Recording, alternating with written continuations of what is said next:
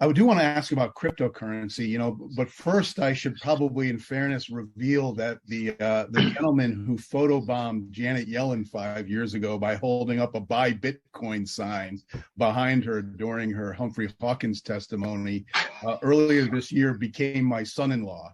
So that's a little bit of a disclaimer I'm going to put out there.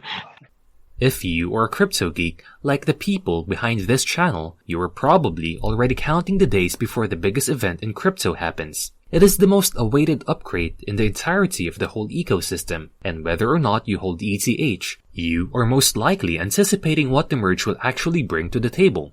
If it is all worth the hype, or it is just another event that gave promises that remained as promises.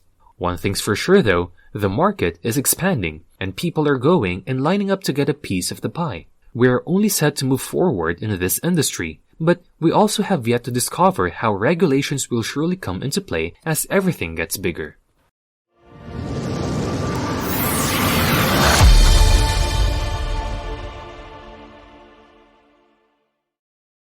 Welcome to Diversified Streams, your go-to YouTube channel for all things crypto and finance. Be sure to check out our community post about these subjects. We are curious to know your opinions on these matters. Also, if you haven't subscribed yet, click the subscribe button so you don't miss out on the latest news and tips related to crypto. And make sure to keep your notifications on so you'll be updated with our latest videos. We frequently post so you wouldn't want to miss them.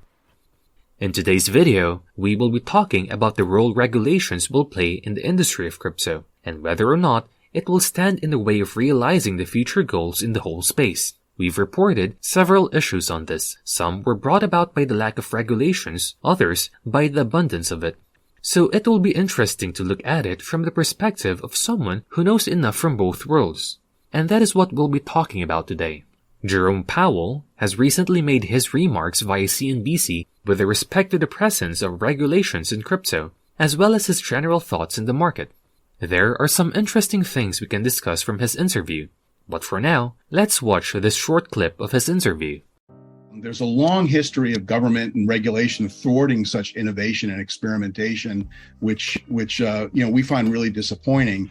So I wonder if you could respond to these kinds of concerns, namely that regulators might ultimately strangle crypto to the extent that it really does develop into a viable alternative system.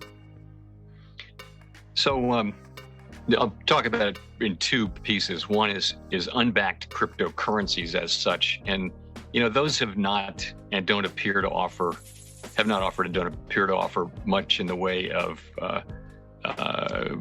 public interest in using them as payments. Let's say it's not a great store of value. What it is a speculative asset. It's not backed by anything. There could be an argument that that's still during the development phase, and that it's something that we could see emerge. But yes, be that as it may. And I also have close-in family members who offer that perspective vigorously. So, as you suggest.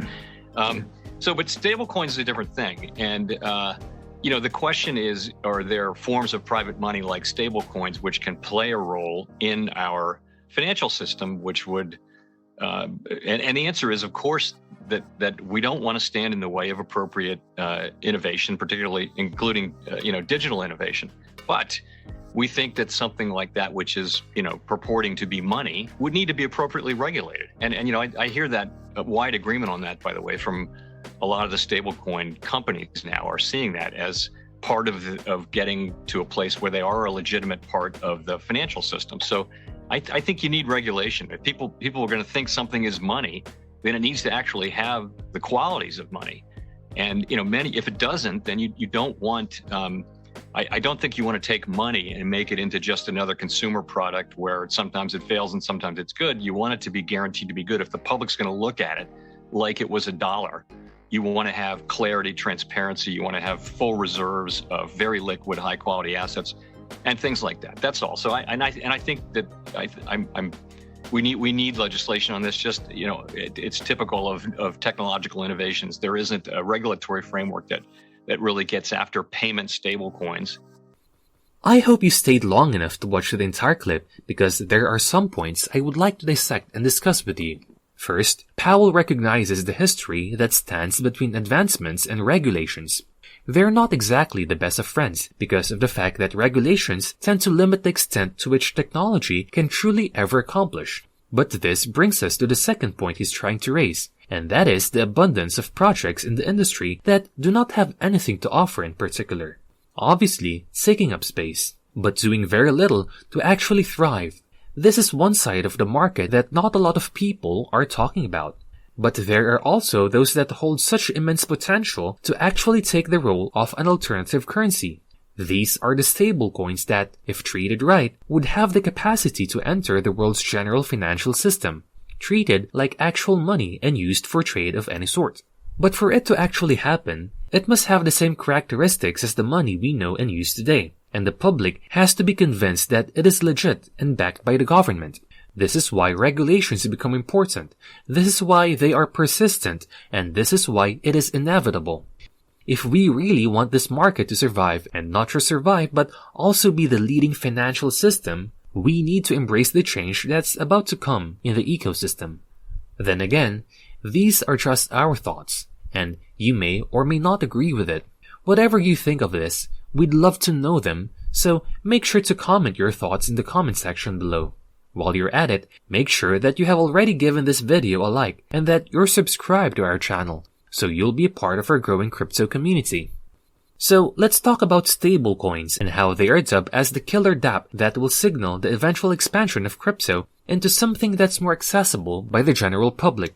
This is much like the internet decades ago when it was there. It is existing for everyone to utilize, and yet there are no actual platforms to use within the network for it to be useful. It was only until we've seen the likes of Google and Facebook that the internet really built up on its reputation. In crypto, we are still looking for that same scenario to happen, and one might say it is in the form of NFTs, or that is in Bitcoin. But it is also plausible that it is in the stablecoins. For one, it is controlled by the feds, making it easy to be adopted by everyone through a crypto wallet. If we're talking about the ease of dispersing this currency, then stablecoins definitely lives up to its name as the killer dApp. But who knows? No one. Because this is crypto, and there is no definite way to determine these types of things. In other news, let's talk about Sony's initiative to apply for a trademark for NFT authenticated music. No one in the world does not know of Sony and how it is one of the biggest music producers in the world today. So its stepping into the metaverse through NFTs is a big leap for both industries. The application for a trademark will give Sony the power to produce live musical performances that are NFT authenticated. And it not only covers the actual product but also other aspects including marketing and advertising. Yet another news about crypto being adopted by major platforms. Let's talk about the NBA collaborating with Sorare to develop an NFT-based fantasy basketball game. Like Sony, NBA is on a whole league of its own in terms of sports. So if you're one of the billions of people that support it, you'd be excited to know about its partnership with Sorare for this basketball-themed game. The game is already underway and it is expected to launch just in time for the next season in October. So it is something you need to watch out for if you are a supporter of both NBA and Sorare. Closing today's video with the last update, let's talk about ApeCoin as well as their DAO Foundation. The ApeCoin Foundation very recently has appealed through a proposal and extension of their tenure for 3 months. And this is not something that was met with a consensus because it has come to the attention of the Board Ape Yacht Club members that the extension would mean paying the members of the foundation $125,000 for 6 months of service. It is no small value, and the extension of their tenure definitely raises suspicion among the BASI members, if it is just a selfish attempt for the people behind ApeCoin's DAO Foundation to continue receiving money. Whether or not it is true, the money is indeed valuable, and it needs a deep assessment by the community because they are the ones who will make the final decision regarding this matter. And that is it for today's video. I hope you found this video informative and helpful. As always, if you did, please show us some love and support by giving this video a big thumbs up and subscribing to our channel. And make sure to keep your notifications on so you'll be updated whenever we post new videos on all things related to crypto. This has been Diversified Streams. Thank you so much for tuning in, and see you in our next video.